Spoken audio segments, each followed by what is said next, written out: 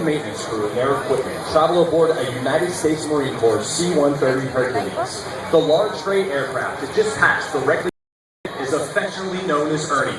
Ernie is on loan to the Blue Angels from the BMGR 234 Rangers out of Fort Worth, Texas, while Fat Albert undergoes preventative maintenance. The C-130 arrives at each show site prior to the FA-18s, carrying the necessary personnel and equipment required to support each Blue Angel performance. Fat Albert, that's the name of the thing. What are you wiping on me? Just watermelon juice. Don't wipe watermelon juice on me.